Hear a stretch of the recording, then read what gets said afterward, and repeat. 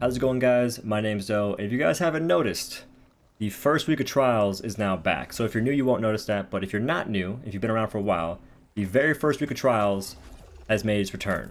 So Nazyga is now back, and this is one of the hardest trials in the games that I've ever experienced. So out of all the trials I've played, Nazyga is one of the hardest.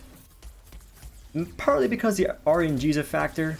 During the during the near sight mode, there are freaking balls flying across the arena every which way. It's not exactly fair, or it's a thing that happens. And I want to give you guys a build to help you sort of outlive the nonsense or the shenanigans that can happen in this trial, because it can be frustrating, like really frustrating. Dying to certain things, you're like, wow, that's fantastic. It helps you survive lag even, which is kind of funny. It's like you have to take a build to survive lag, but this build will help you survive all kinds of stuff, because you got damage reduction, you got shields, you got all kinds of stuff. And with this build, the funny part is my very first attempt with this, because I was using this build in groups, by the way. I did random public hunts. It was just me. I queued with 3 other folks randomly, because, you know, public hunt, whatever. So I did that, and my very first group, we got a sub 3. It was like a 250. Now, that's partly because I think most of those folks had good weapons, and by good weapons I mean strikers and I think repeaters, which are really good in this trial. Now, that was like a perfect scenario, I guess, because every other group I had was not as good, but we still I killed it in most of those groups. I think I had like an 80% win rate. So I did like 5 hunts, 4 were successful, and then 1 wasn't. But the groups that I didn't really kill it fast in, or I didn't kill it at all in, had like some scuffed weapons. I think we had God Hand, which is awful in this trial. If you use God Hand in a random group, I don't like you. All right, I'll say it right now. You're kind of messed up. It's not cool. It's not cute. It's messed up. That weapon sucks. Don't play it in random groups. If you want to play it solo or with your friends, go ham. I'm not your friend. Don't play it in my group. It's toxic. Now, we also had Twin Suns. Twin Suns aren't as bad as God Hand, but they're still not that great. Like, regular repeaters are better. And I feel like if you're playing these weapons in Dauntless trials with random folks, I don't know. Unless you're a god tier like Twin Suns player, you gotta bring the heat. Okay, if you're gonna play exotics in trials on Dauntless difficulty, you gotta bring the heat because it's rough. And I think some of these folks didn't even pop potions, which hurt my feelings, and I was a little upset. I was watching them too. I was like, you better pop those potions. You better drink that juice, and they didn't. So they're toxic. I was about to report them, but in the end, I was like, it's not gonna matter, so I didn't. I was gonna report them, but I was thinking about it. Now, this trial is rough, and there are things that will hit you that should not kill you sometimes, but they will, because you can't see them, and like it's like a one shot coming from deep. It's you're dead. You're dead, man. But the build I have is going to be using these Skarn strikers, and like I said, it has a really good special, or a really good unique effect. Now, the special on the strikers I chose was Titan's Crash, and the modifier is Cyclonic Strike Plate, or Strike Plate. That's because these are, as far as I know, the best modifier and special for the strikers. Really good time, does a ton of damage. And I also have +3 Guardian in my strikers, and that's important because Guardian is where you grant a portion of any shield applied to your nearest ally. This is weird. It's so... grants a portion of any shield applied to your nearest ally. Is that right? I don't know. I can't English. When you generate shields, 30% of those shields can go to your teammate if you have +3 Guardian. So it's a good time. It helps you support your teammates, right? That's the point of this build, is to help you stay alive, and also you can also help your teammates at the same time. It's really cool, because you maintain all the shields, but you're giving an extra 30% to your teammate, which is nice. Now, for the gear in this build, I've got Hellion Headpiece, Koshai Chest Piece, Nasher Gloves, Koshai Feet, and the Embermane Lantern. You can change the lantern if you want to.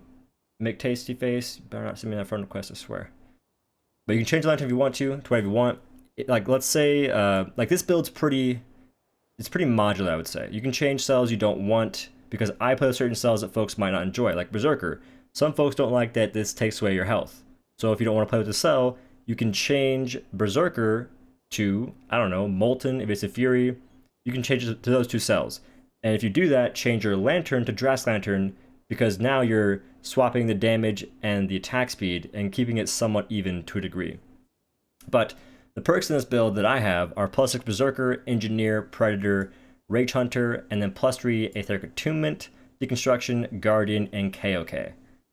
And if you want to change the Engineer, which Engineer is a very good sell if you have pylons. And in most of my hunts today, actually all my hunts with this build, I had at least one pylon. So I think every single time I had the Ironhide pylon, because this reduces damage taken by 40% by all your teammates in the pylon. Engineer increases the range of pylons by 150% at +6, which is nuts. And I think for some of my runs, I also had Inspiring Pylon, and this is where you get 20% increased damage for all your teammates if they're in the pylon for 45 seconds. So it's really helpful. Like, it's a lot of extra damage. This one, I was kind of I was holding back on this because if my teammates die, they can't do damage.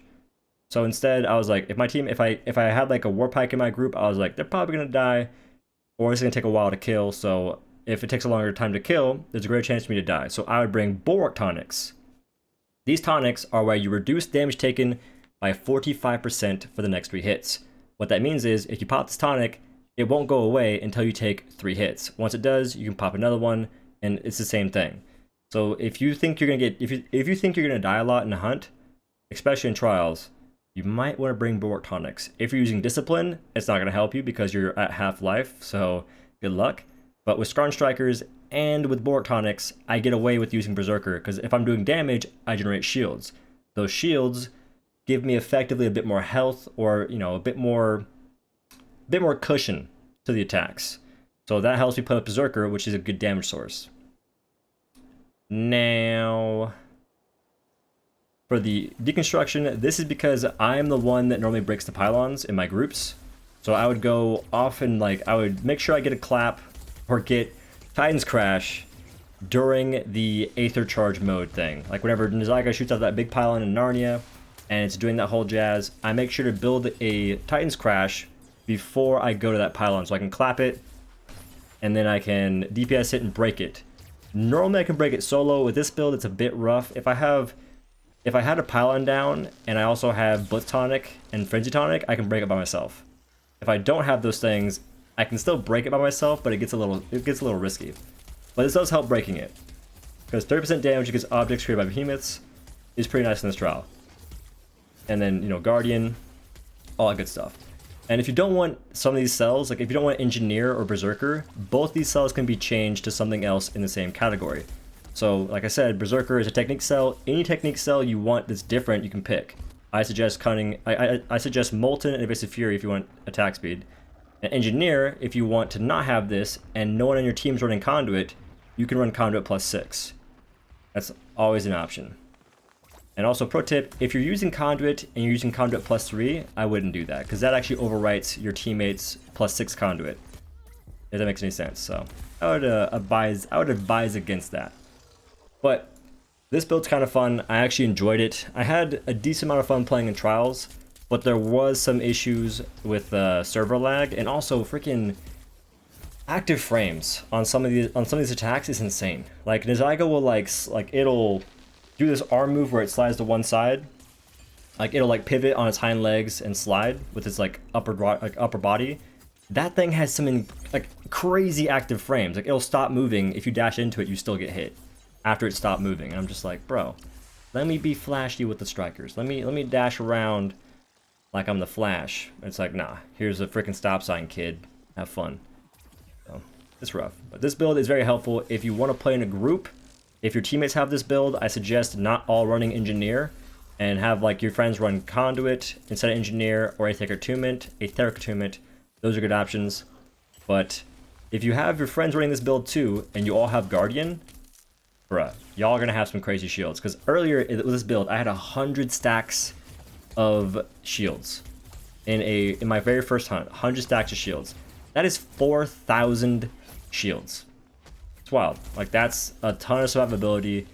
It's insane. And to maintain your stacks on these shields, it only lasts for 12 seconds. You can hit pylons, and you can make sure you're hitting the boss to maintain the stacks as well. Those are your options. It's kind of, it works out pretty well. It works out pretty well, actually. Like, I didn't really have to pay attention to stacking my shields until towards the end of the fight. Because that was when I was like, oh, I'm about to run out. I gotta be quick about this. But for the most part, it's pretty easy to maintain your shields, which is a good thing. And strikers have a lot of mobility, so getting to the boss is also pretty easy. But that is going to be the build, and that'll be the video for today, guys. If you enjoyed it, be sure to leave a like, share, comment, all that good stuff, all that fun stuff. If you want to support my work, you can do so by using my Epic Games support card code in the Epic Games store or the in-game Dauntless store. And if you want my in-game Dauntless Flare, all you gotta do is be a Twitch subscriber, whether it's tier 1, tier 2, tier 3, gifted, prime, doesn't matter. Be a subscriber, do !flare in the chat, join the Discord, and follow what it says. And it's pretty simple. And eventually there will be this thing where if you're a subscriber to a Dauntless partner for X amount of time, you get extra rewards. This was a thing in the past. I'm hoping it comes back sometime soon because it was really cool. But hey guys, thank you again for watching. I'll see you in the next one. Peace.